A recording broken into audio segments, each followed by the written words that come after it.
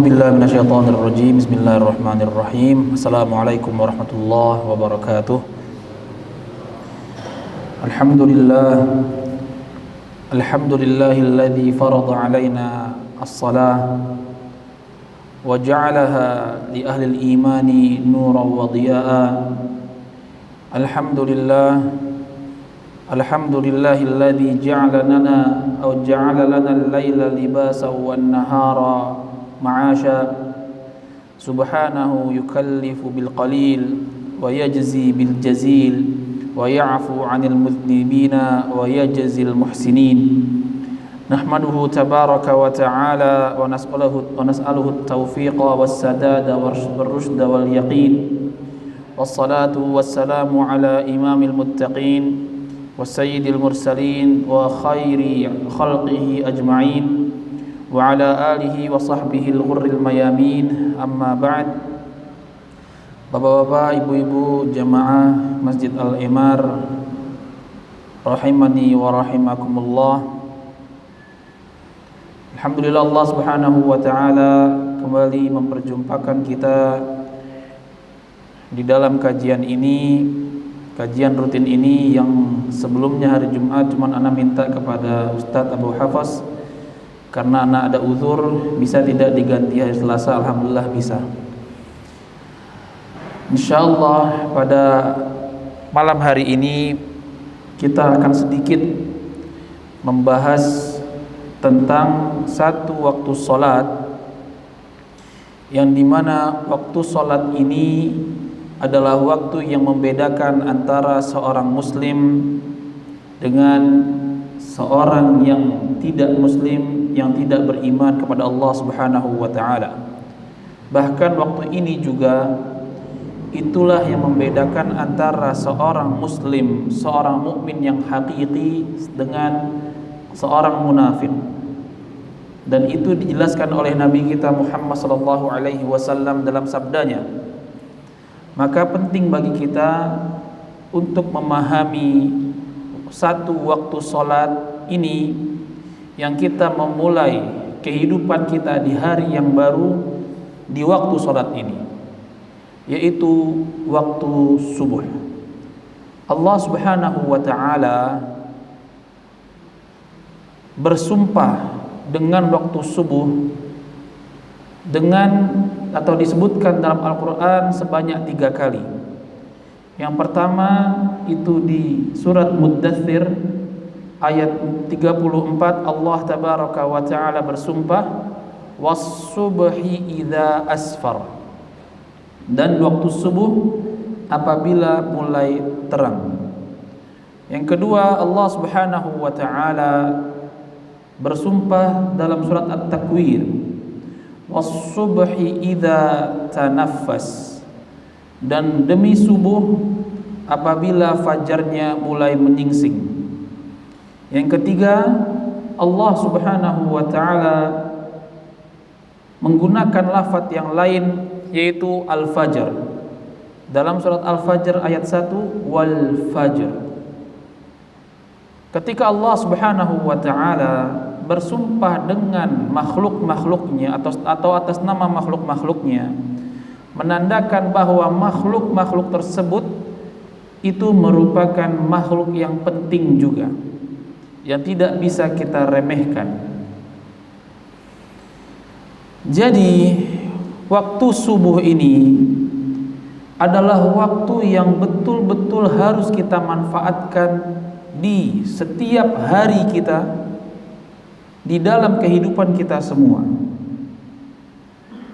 Nabi kita Muhammad sallallahu alaihi wasallam sampai menjelaskan, inna athqalas salati 'alal munafiqina as-subhu wal 'isha, atau salatus subhi wa salatil 'isha.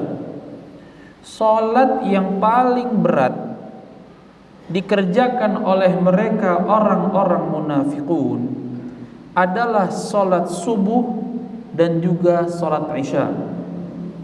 Law ya'lamuna annama fihima la atauhuma walau kana habwa.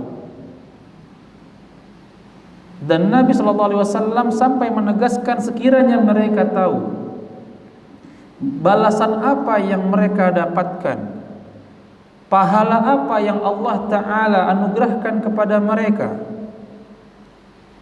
di waktu salat subuh dan isya tadi, niscaya mereka akan mendatangi masjid atau melaksanakan kedua salat tersebut walau kana habwa, walau mereka harus bersusah payah merangkak demi bisa mendapatkan pahala salat subuh dan juga salat isya. Kita bisa menganalisa dalam hadis ini, kalau kita ingin mendapati diri kita, apakah kita seorang mukmin atau seorang munafik, perhatikanlah diri kita di waktu subuh. Apakah di waktu subuh itu kita masih berada di atas tempat tidur kita dan baru terjaga nanti setelah matahari terbit, atau di waktu subuh itu kita sudah bangkit kemudian bergegas dan melaksanakan sholat subuh? Itu cara kita memeriksa apakah dalam diri kita ada kemunafikan atau tidak, atau apakah kita seorang munafik atau seorang mukmin dari sholat subuh itu. Maka jangan kita abaikan waktu subuh pun juga sholat di dalamnya, karena ini sangat penting bagi kehidupan kita. Walaupun juga manfaat besar yang kita dapatkan ketika kita melaksanakan sholat subuh pada waktunya, dari sisi kesehatan pun juga ada, yang dimana Allah Subhanahu wa Ta'ala memberikan udara subuh itu udara yang segar sekali. Kita berjalan ke masjid mendapatkan udara yang segar, membersihkan diri kita, paru-paru kita. Itu dari sisi duniawi. Bagaimana dengan sisi akhiratnya?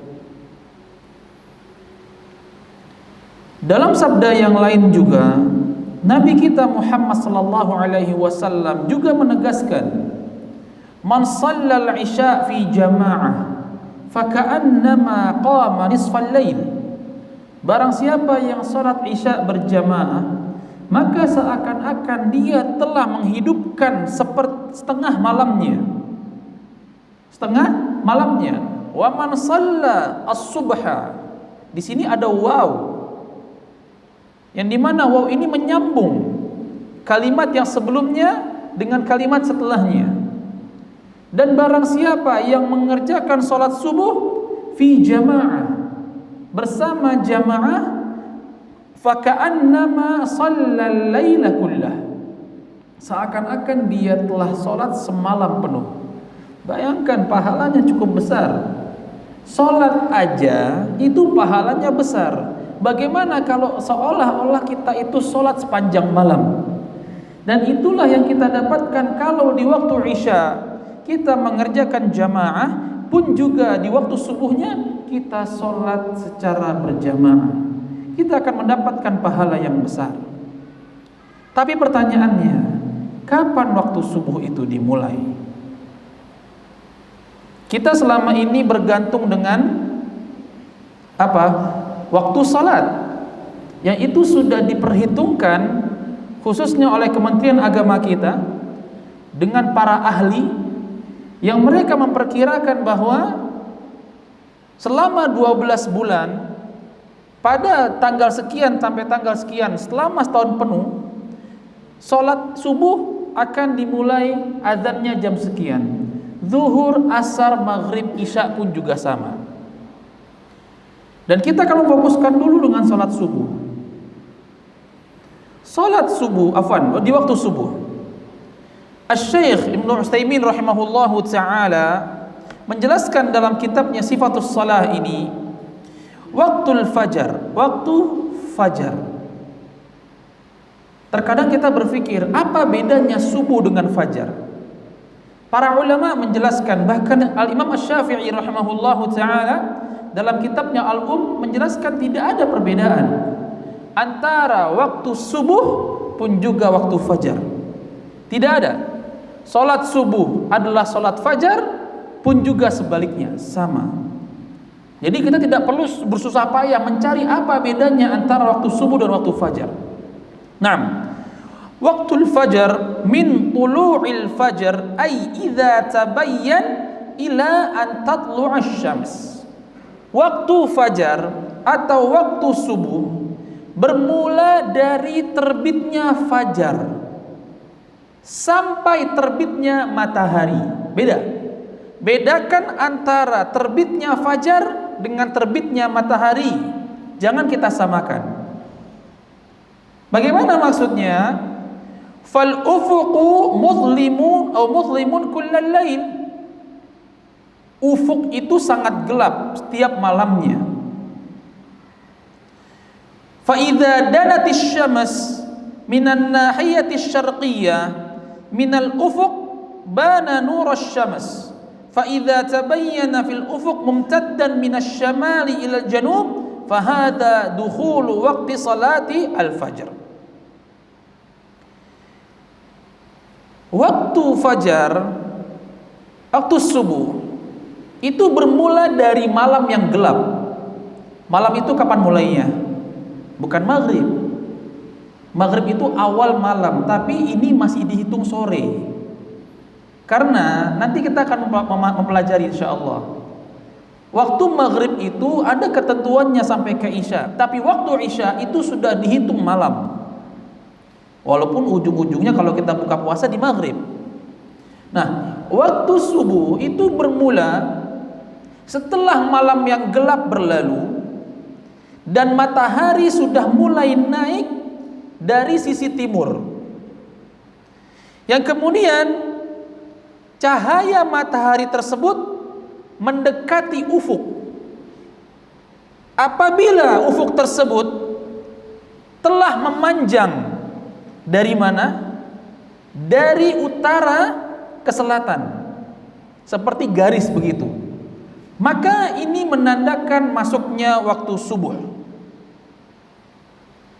Kalau sekarang Pak, mustahil kita bisa melihat ufuk itu mustahil.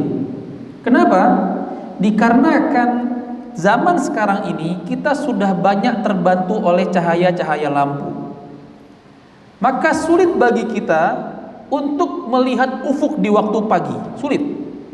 Kecuali betul-betul kita berada di suatu tempat yang tinggi ataupun tempat tersebut tidak ada cahaya sama sekali. Hanya mungkin cahaya bulan saja. Itu pun kalau masih ada di jam 3, jam 4. Zaman sekarang tuh hampir mustahil. Hampir mustahil di daerah kita, baik di perkotaan atau pedesaan, itu hampir mustahil untuk melihat ufuk. Yang ufuk ini membentang dari utara ke selatan, membentuk satu garis putih. Disitulah waktu subuh bermula. Apa yang membedakan waktu fajar dan waktu terbitnya matahari?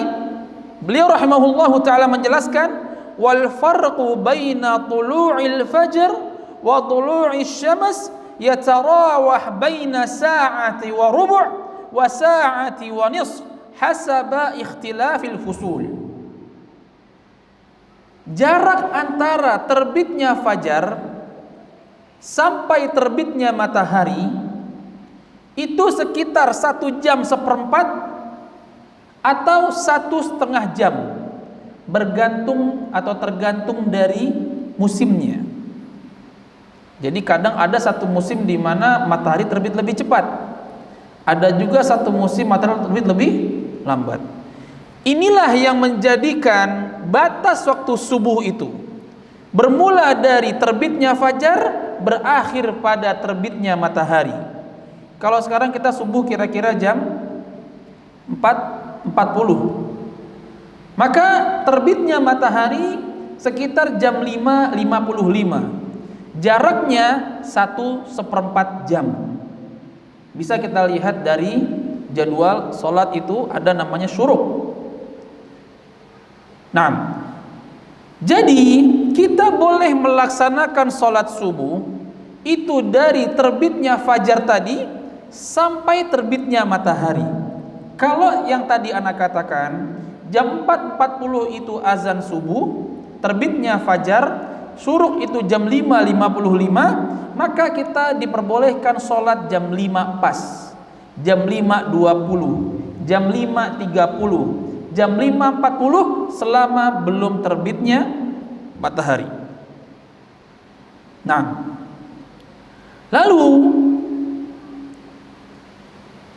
penentuan fajar itu sendiri atau subuh itu sendiri seharusnya, Anda katakan seharusnya, itu dilakukan dengan melihat langsung, bukan dengan perhitungan-perhitungan. Perhitungan manusia itu sifatnya ijtihadi, yaitu kemampuan mereka berusaha beristihad bahwa jam sekian itu terbitnya fajar, ijtihadi. Dan apa yang manusia itu kerjakan dengan menghitung-hitung secara rumusan matematika atau ilmu perbintangan, bisa jadi benar, bisa jadi salah. Makanya para ulama, bahkan Al-Lajnah Ad-Daimah lil Buhuthil Ilmiyyah wal Ifta, kalau nggak salah dalam fatwa yang ke-1400, sampai menjelaskan, Syekh bin Baz rahimahullah taala bersama timnya, bahwa kita tidak bisa sepenuhnya bergantung pada penjadwalan, atau kita bilang apa kalau jadwal sholat itu, bahasa kita apa biasanya, kita tidak bisa tergantung pada penjadwalan tersebut. Karena apa? Itu adalah hasil ijtihad manusia. Tapi karena mustahilnya, tadi anak katakan, mustahil kita bisa melihat fajar dengan mata kepala sendiri, hatta kita melihat dari atas genteng ke arah timur sana, mustahil kita bisa melihat fajar. Kenapa? Dikarenakan banyaknya lampu-lampu yang menyala. Akhirnya apa? Bisa jadi kita melihat fajar padahal itu masih fajar kadhib, fajar yang masih belum jelas, seakan-akan itu garis putih padahal itu cahaya lampu. Mungkin tidak seperti itu? Mungkin. Nah, atas dasar itu kita bisa menggunakan waktu-waktu yang sudah dihitung oleh mereka para ahli, bahwa sholat subuh di hari ini, bulan ini, jam sekian mulainya. Tidak masalah? Tidak masalah. Karena apa? Karena tadi susah sekali bagi kita untuk melihat langsung. Dan insya Allah kita berusaha, dan mereka jazahumullahu khairan yang sudah menghitung-hitung seperti ini, bisa jadi yang mereka tentukan tepat, atau lebih cepat sedikit, atau lebih lambat sedikit. Karena kalau kita juga perhatikan, hampir mirip waktu-waktu yang sudah mereka tentukan dari berbagai macam versi, hampir mirip. Jadi kita bisa mengandalkan waktu yang sudah dibuat tersebut sebagai penentuan masuknya waktu subuh. Nah, ikhwatal Islam wal aqidah rahimani wa rahimakumullah, berkaitan dengan waktu subuh ini juga, ini Ana sedikit membahas ya, karena insya Allah beberapa hari lagi kita akan berjumpa dengan bulan Ramadan, dan sekarang kita berada di penghujung bulan Sya'ban, yang dimana bulan Ramadan itu tentu tidak lepas dari waktu subuh, karena puasanya kita bermula kapan? Dari mulai azan subuh sampai maghrib. Maka pas juga kita membahas tentang ini. Sebelum Anda membahas tentang sahur ini atau waktu sahur kita, Anda sedikit ingin membahas dulu sekedar tarhib Ramadan. Bagaimana kita menyambut Ramadan. Allah Subhanahu wa taala berfirman, "Ya ayyuhalladzina amanu kutiba 'alaikumus shiyam kama kutiba 'alal ladzina min qablikum la'allakum tattaqun." Sebagian kita sudah menghafal ayat ini. Allah tabaraka wa ta'ala mewajibkan puasa bagi kita semua, sebagaimana Allah ta'ala juga mewajibkan kepada orang-orang yang dulu hidup sebelum kita. Niscaya kita menjadi orang-orang yang bertakwa.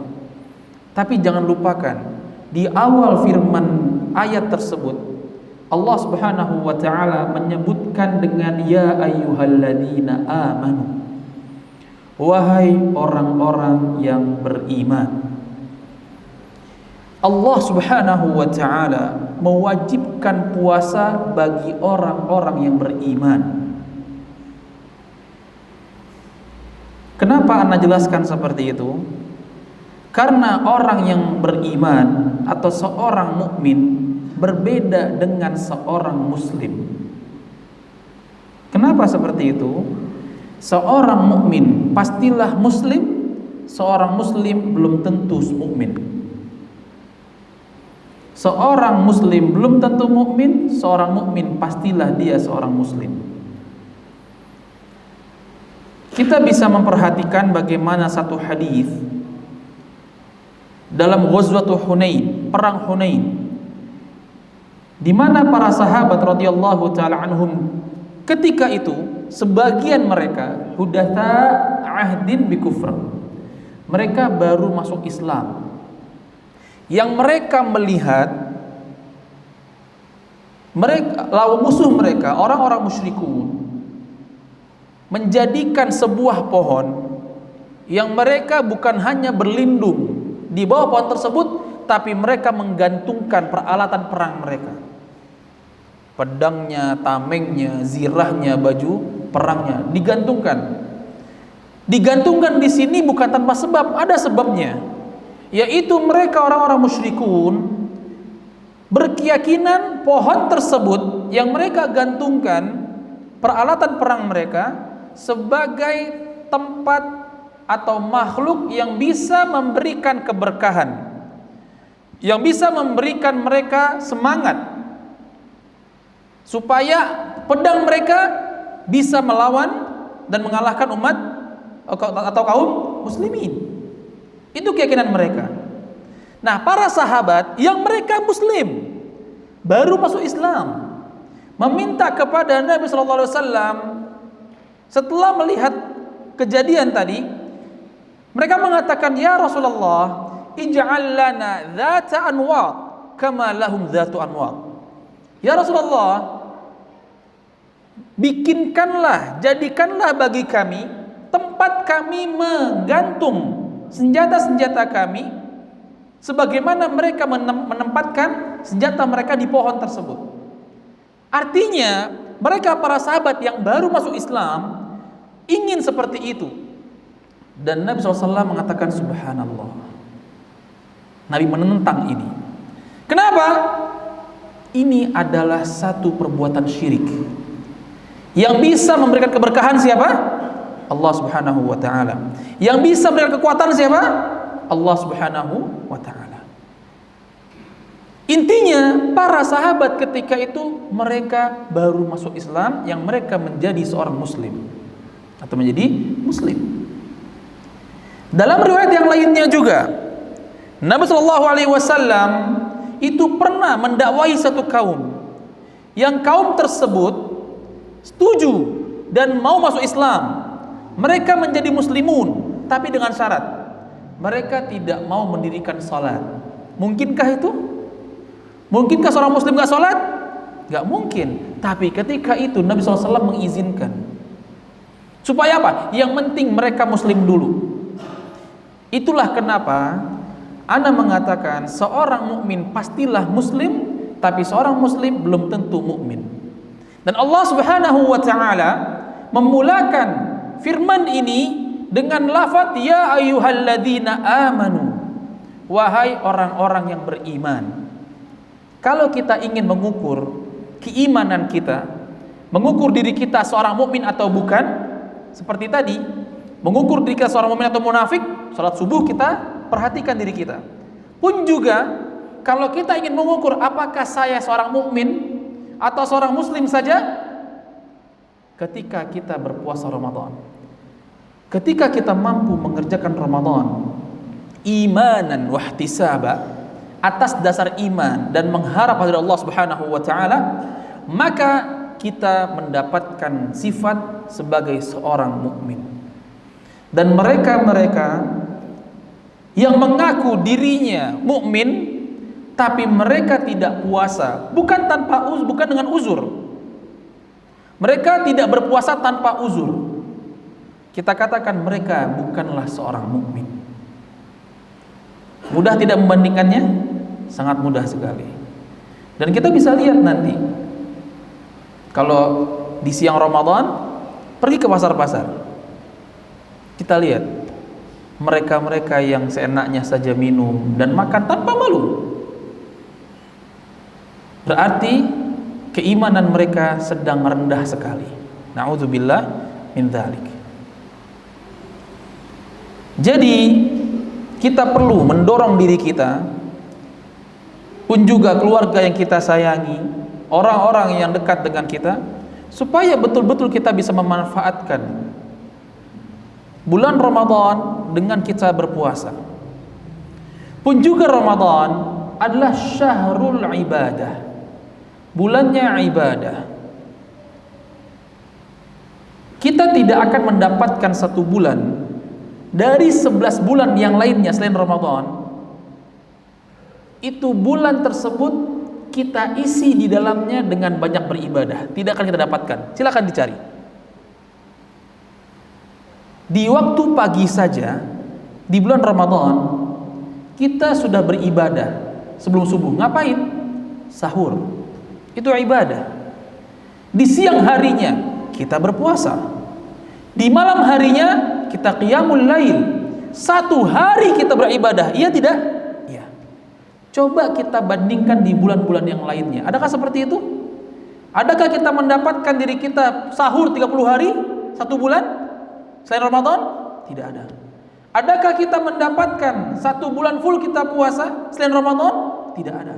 Apakah kita mendapatkan ada satu bulan full di malamnya kita qiyamul lail? Tidak ada. Hanya di bulan Ramadan saja. Makanya seorang imam Abu Bakar Al-Balkhi Al-Hanafi rahimahullahu ta'ala, beliau sampai mengatakan syahrun Rajab syahrun lizzara. Bulan Rajab adalah bulannya kita menanam. Syahrul Sya'ban syahrun lissaqi. Bulannya Sya'ban, sekarang ini kita di bulan Sya'ban, adalah bulannya kita menyiram apa yang kita tanam. Wa syahrul Ramadan syahrun lihasadiz zara'.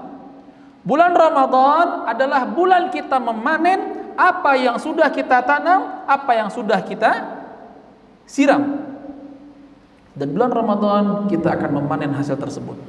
Yang berarti bulan Ramadan adalah bulan kita memanen banyak pahala dari Allah Subhanahu wa taala. Maka jangan kita abaikan bulan Ramadan. Sekiranya tahun lalu kita masih lalai, mungkin kita mengatakan, yang penting puasa wajib sudah. Memang, anak tanya sama antum, adakah ibadah yang wajib di bulan Ramadan selain sholat? Ada zakat, tapi di akhir. 30 hari ngapain kita? Puasa. Itu wajib hukumnya. Bagi yang mampu, bagi yang tidak uzur. Naam. Jadi jangan kita mengatakan sudah cukup saja puasa. Ngapain capek-capek? Tinggal kita menahan lapar dari subuh sampai maghrib nanti. Kita katakan memang itu yang memang kita diwajibkan atasnya. Tapi apakah kita hanya memanfaatkan Ramadan sebatas yang wajib-wajib saja? Rugi kita. Sangat-sangat rugi. Allah Subhanahu wa taala itu membuka pintu surga seluas-luasnya, selebar-lebarnya, dan Allah Subhanahu wa taala menutup pintu neraka serapat-rapatnya. Kapan? Di bulan Ramadan. Di bulan Ramadan. Artinya sangat terbuka peluang kita masuk surga Allah Subhanahu wa taala. Rugi tidak kalau kita dimanfaatkan? Sangat rugi sekali. Bahkan di bulan Ramadan itu juga Allah Subhanahu wa taala membelenggu, mengikat syaitan. Allah ikat. Kita yang merasa selama ini kita terganggu oleh syaitan, maka di bulan Ramadan seharusnya kita nggak terganggu. Kenapa? Allah ikat syaitan itu. Apakah kita mengatakan, mungkin ada setan yang lepas? Belum tentu. Belum tentu. Kalau Allah sudah mengatakan mengikat, sebagaimana Nabi SAW menjelaskan dalam sabdanya, wasuffinat syayatin, di bulan Ramadan Allah belenggu setan, kita meyakini Allah belenggu setan itu. Makanya kalau ada seorang muslim yang dia berbuat keburukan, berbuat kemaksiatan di bulan Ramadan, jangan fitnah setan. Kesian dia, udah dibelenggu malah difitnah. Bukan setan yang mengganggu kita, diri kita sendiri yang menjadi setan tersebut. Mungkinkah? Mungkin. Allah tabaraka wa taala menjelaskan surat An-Nas, qul a'udzu birabbin nas, malikin nas, ilahin nas, min syarril waswasil khannas, alladzi yuwaswisu fi sudurin nas, terakhir, minal jinnati wan nas. Yang memberikan waswasah gangguan siapa? Jin doang? Enggak. Manusia juga. Maka sekali lagi, ketika kita tidak mampu memanfaatkan Ramadan dengan alasan banyaknya godaan, itu bukan godaan dari setan, kita sendiri yang menggoda diri kita. Kita tidak bisa melepaskan diri kita dari hawa nafsu kita sendiri. Na'udzubillah min dzalik. Maka ana ingin menjelaskan beberapa sunnah-sunnah yang itu banyak kita meninggalkannya. Insya Allah kita semua tidak termasuk dari mereka-mereka yang meninggalkan sunnah ini, atau sunnah al-mahjurah, sunnah-sunnah yang ditinggalkan. Pertama adalah sunnah yang banyak orang tidak mengerjakannya, memberikan tahniah, ucapan selamat ketika masuknya Ramadan. Pak, saya tanya sama antum semua, kita biasanya bilang selamat untuk Ramadan apa Lebaran? Lebaran. Selama hidup kita, ya, dari lahir sampai sekarang, berapa kali kita nyebut selamat puasa? Bisa dihitung? Bahkan ada yang belum pernah. Tapi berapa kali kita nyebut selamat Lebaran? Tiap tahun. Padahal ini ada sunnahnya. Nabi kita Muhammad SAW bersabda, qad ja'akum syahrul Ramadan syahrun mubarak. Telah datang kepada kalian kita semua bulan Ramadan, bulan yang Allah berkahi. Nabi SAW memberikan apa di sini? Ucapan selamat. Telah datang kepada kita semua bulan Ramadan, bulan Allah berkahi. Maka kita mulai. Ana memulai dulu, ya. Ana memulai dulu karena akan masuknya Ramadan insya Allah Sabtu atau Ahad besok. Ana ucapkan selamat kepada kita semua yang insya Allah kita akan mengerjakan memasuki bulan Ramadan, yang dimana bulan tersebut insya Allah akan kita manfaatkan sebaik-baiknya dengan memperbanyak ibadah-ibadah, dengan kita mengerjakan yang wajib ditambah juga yang sunnah-sunnah. Ini salah satu sunnah yang perlu kita kerjakan. Kita mulai dari diri kita sendiri. Sampaikan kepada orang-orang selamat berpuasa. Semoga Allah tabaraka wa ta'ala menerima segala ibadah kita, siam kita, puasa kita, qiyam kita, salat malam kita, ibadah malam kita, pun juga bacaan Quran kita. Kita sebutkan seperti itu. Kalau kita bisa membuat kata-kata indah untuk datangnya Lebaran, kenapa kita tidak mampu memberikan kata-kata indah dengan masuknya Ramadan? Pun juga ini yang perlu kita tekankan dalam diri kita. Berapa banyak dari kita ketika akan datang Ramadan, mereka terpaksa, aduh Ramadan, aduh capek, puasa kerja, puasa sekolah, gak enak, betul Pak? Tapi giliran 5 hari sebelum Ramadan, sebelum Lebaran, semangatnya minta ampun. Ngapain? Beli baju Lebaran. Ngapain? Bikin kue Lebaran. Ngapain? Sibuk bersihin rumah, nyambut Lebaran. Padahal para ulama itu mempersiapkan untuk berjumpa dengan Ramadan 6 bulan. 6 bulan sebelum Ramadan sudah dipersiapkan oleh mereka. Kita jangankan 6 bulan, 3 hari sebelum Ramadan, astagfirullah, aduh Ramadan lagi, lemes dah. Bener Pak? Ya nggak seperti itu nggak faktanya? Iya, kita rubah itu. Kita bahagia ketika akan berjumpa dengan Ramadan. Kenapa bahagia? Para sahabat itu berbahagia. Nabi kita pun sangat berbahagia ketika masuknya Ramadan. Kenapa kita tidak? Kemudian ketika Ramadan akan berlalu, sudah memasuki sepertiga terakhir, itu jangan kita berbahagia, wah ntar lagi Lebaran. Kadang nih yang lucunya apa? Ya kan? Baru hari pertama puasa, lebaran tinggal berapa hari? 29 hari. Dihitung untuk ketemu lebarannya. Jangan. Bahkan kalau lebaran itu H-, subhanallah. Ya, lebaran itu H-1, kita harusnya merasa sedih sekali. Kenapa merasa sedih? Karena kita akan berpisah dengan Ramadan. Karena kita akan berpisah dengan Ramadan pada waktu itu. Makanya nggak nyala ya? Oh gitu. Baik. Maka kita sah-sah saja ketika akan masuk mendekati hari Lebaran, kita sah-sah saja berbahagia. Tapi jangan terlalu bereuforia seperti itu. Karena kita akan berpisah dengan Ramadan. Dan kita selalu berusaha ketika Ramadan akan berakhir, kita minta pada Allah Subhanahu wa taala, ya Allah, pertemukanlah aku dengan Ramadan tahun depan, dengan Ramadan dengan tahun-tahun berikutnya. Begitu yang kita harapkan. Karena apa? Sekali lagi, Ramadan adalah bulannya kita bisa mendapatkan banyak pahala dari Allah Subhanahu wa taala. Itu sunnah yang pertama. Anda nggak mau memberikan semuanya, beberapa saja. Sunnah yang kedua adalah, insya Allah kita kalau sunnah ini nggak banyak meninggalkan, tapi ada sebagian kita yang meninggalkan. Yaitu apa? Sunnatus sahur. Sunnahnya sahur. Sahur itu makan sebelum kita mulai berpuasa. Kadang ada orang bilang, Ustadz, anak kuat. Habis isya nggak makan lagi sampai besok maghrib. Ada nggak begitu? Ada.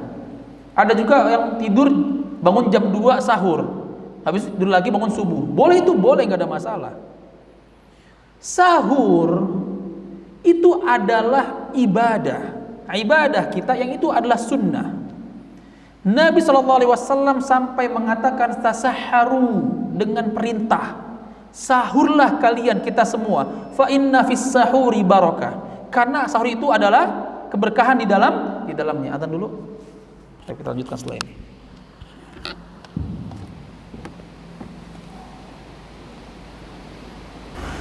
Sahur itu akan senantiasa diliputi keberkahan dari Allah Subhanahu wa taala. Karena Nabi kita SAW yang menjamin itu. Tasahharu fa inna fis sahuri barakah. Sahurlah kita semua karena di dalam sahur itu ada keberkahan. Kalau ada yang mengatakan, Ustaz, ana masih kenyang. Baik, sahurlah walaupun dengan seteguk air saja. Paling tidak apa? Kita bisa mendapatkan keberkahan di dalamnya. Itu yang kita usahakan. Ya tadi Nabi bilang, sampaikan bahwa puasa itu dari pagi saja itu sudah bernilai pahala dari Allah Subhanahu wa taala dengan sahur kita. Maka kita manfaatkan betul waktu sahur tersebut. Dan waktu sahur itu merupakan salah satu waktu yang Allah Subhanahu wa taala jaminkan bagi kita semua apa? Muistijabatud du'a, pengabulan doa dari Allah Subhanahu wa taala kepada kita semua. Kenapa? Wabil asharihum yastaghfirun.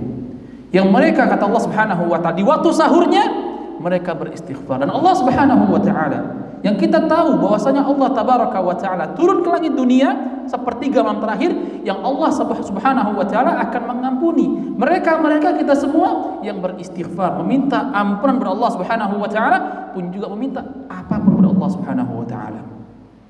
Terkait dengan waktu fajar ini, waktu subuh ini, maka kita harus mengetahui bahwa batas waktu sahur kita adalah adzan subuh.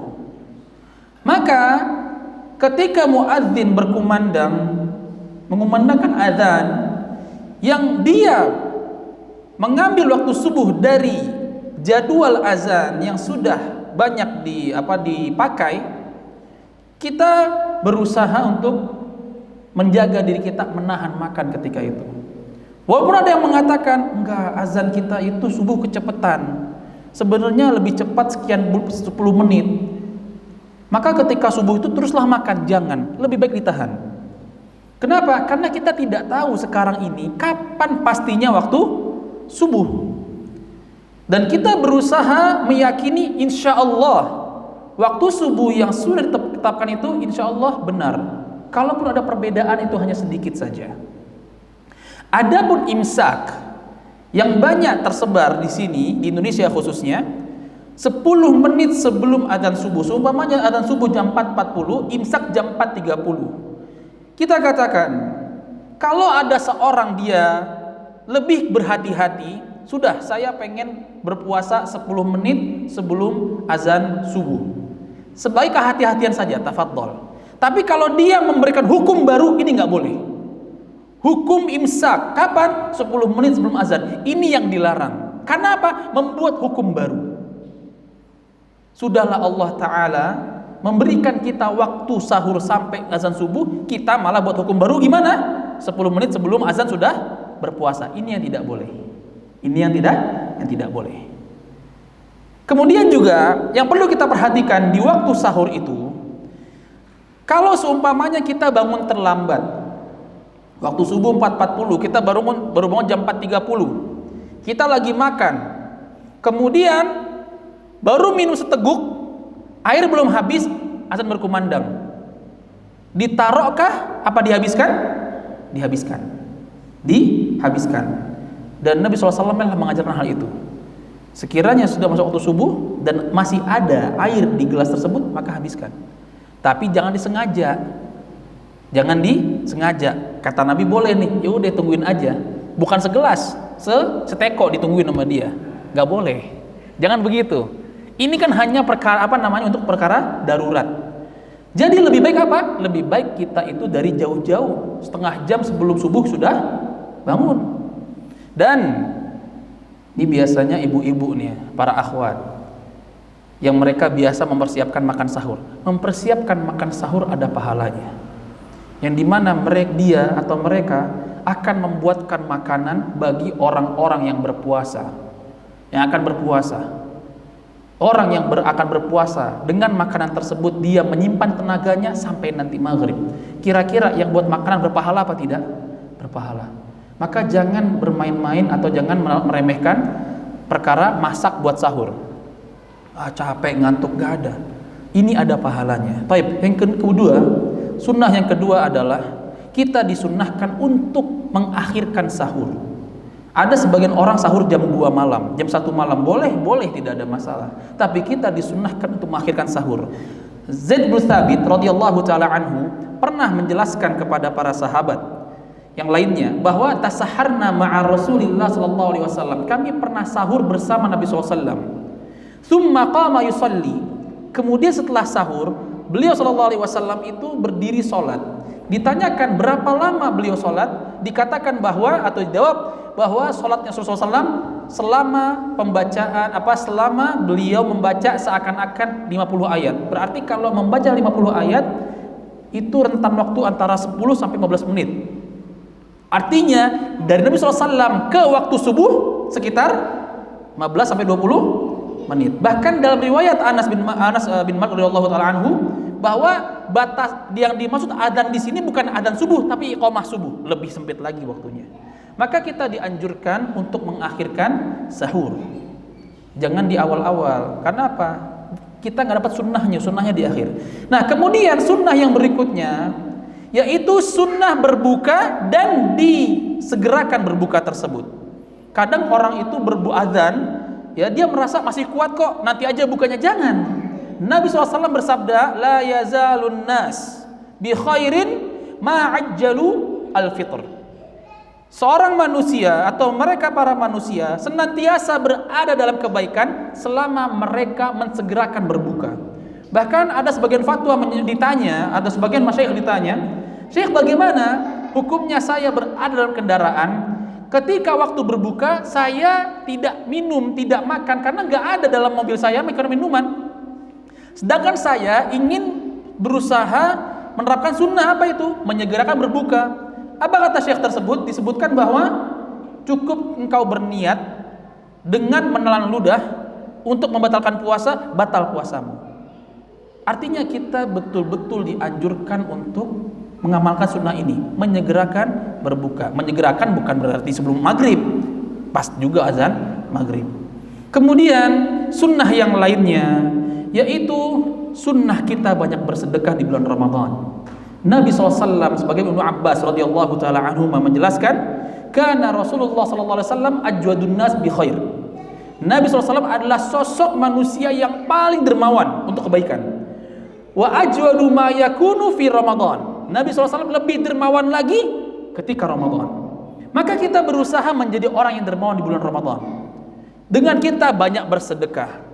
Kalau mungkin sebelum Ramadan kita bersedekah 1 bulan mungkin 50.000, kita berusaha untuk menambahkan sedekah kita di bulan Ramadan. Khususnya apa? Iftar shaim. Apa itu? Memberikan makan orang yang berpuasa, untuk dia berbuka. Nabi SAW bersabda, man fattara sha'iman kana lahu aw kad kutiba lahu mithla ajrihi illa annahu la yanqus min ajri sha'imi syai'. Barang siapa yang memberikan makan berbuka bagi yang berpuasa, maka dia akan mendapatkan pahala dari orang yang berpuasa tersebut, yang dia berbuka dengan makanan hasil sedekahnya, tanpa Allah Ta'ala mengurangi pahala dari orang yang memakan makanan tersebut. Kita berusaha, ketika ada donasi buka bersama, kita berusaha untuk menyedekahkan, menjadikan diri kita di bulan Ramadan adalah sosok yang paling dermawan dibandingkan dengan bulan-bulan yang lainnya. Pun juga yaitu sunnah kita membaca Al-Quran, yang dimana Nabi SAW itu banyak belajar Al-Quran dari malaikat Jibril. Kapan? Ketika bulan Ramadan. Dan para ulama ussalaf, ulama terdahulu, mereka banyak memfokuskan diri mereka untuk mengkhatamkan Al-Quran. Disebutkan bahwa Imam Syafi'i rahimahullahu ta'ala sampai 60 kali khatam Al-Quran. Kita paling tidak 1 kali saja. Dengan kita membagi-bagi waktu. Afwan, kita waktu lebih sedikit ya. Seperti itu. Kita berusaha untuk bagaimana? Untuk kita banyak baca Al-Quran di bulan Ramadan. Terakhir yang ingin Anda sampaikan juga, salah satu sunnah adalah kita disunnahkan untuk banyak berdoa. Nabi kita Muhammad SAW bersabda, thalathun la turaddu da'watuhum. Ada 3 golongan orang yang Allah tabaraka wa ta'ala tidak akan menolak doa mereka. Siapa saja mereka? Yang pertama, al-imamul adil, imam pemimpin yang adil. Yang kedua, as-saimu hina yuftir, orang yang berpuasa ketika dia berbuka. Yang ketiga adalah da'watul mazlum, doanya orang yang terzalimi. Dalam riwayat Imam Ahmad rahimahullahu ta'ala menjelaskan bahwa ada riwayat lain menyebutkan as-saimu hatta yuftir, doanya seorang yang berpuasa dari habis subuh sampai dia berbuka, itu doanya mustajab. Kita perbanyak diri kita untuk berdoa di waktu puasa kita. Minta apapun kepada Allah Subhanahu wa ta'ala. Jangan kita menyia-nyiakan siang Ramadan kita dengan kita hanya sebatas puasa saja, tapi hendaklah kita menambahkan dengan sunnah-sunnah. Salah satunya adalah sunnah doa. Terakhir juga yang Anda ingin sampaikan adalah tarawih, sholat tarawih. Pak, kita tidak akan mendapatkan sholat tarawih selain Ramadan. Hanya di Ramadan saja. Kita berusaha 30 hari full untuk sholat tarawih, walaupun hukumnya sunnah, tapi kita tidak akan mendapatkan itu di hari-hari, di bulan-bulan yang lainnya. Dan Allah Ta'ala melalui Nabi kita SAW menjaminkan, man qama Ramadana imanan wahtisaba ghufira lahu ma taqaddama min dhanbi. Barang siapa yang mendirikan malam, menghidupkan malam Ramadan dengan dia berzikir, membaca Al-Quran atau salat tarawih, apa pahalanya? Apa balasannya?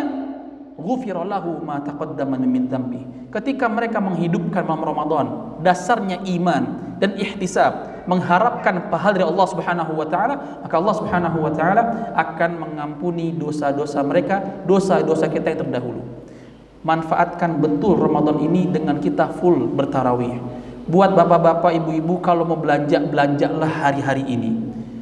Karena apa? Kita biasakan nanti Ramadan, udah kita fokuskan dengan banyak ibadah. Malam Ramadan bukber silahkan, tapi ba'da isya tarawih. Jangan kita tinggalkan itu. Taib, ma'asyiral muslimin rahimani wa rahimakumullah. Ini yang bisa ana sampaikan kepada antum semua.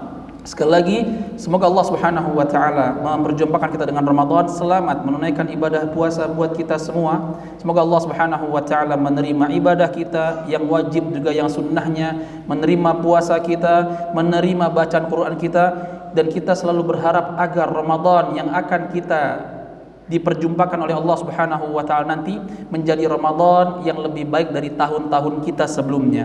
Pun juga insyaallah kita berusaha menjadikan Ramadan ini sebagai rancangan kita memperbaiki Ramadan tahun depan pun juga tahun-tahun berikutnya. Karena kita juga berharap Ramadan tahun depan juga tahun-tahun berikutnya dijadikan oleh Allah Subhanahu wa taala sebagai Ramadan yang lebih baik dibandingkan dengan Ramadan tahun ini pun juga Ramadan tahun-tahun berikutnya.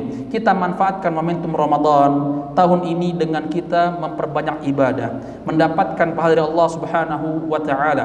Bulan Ramadan hanya 1 bulan saja, 29 hari atau 30 hari.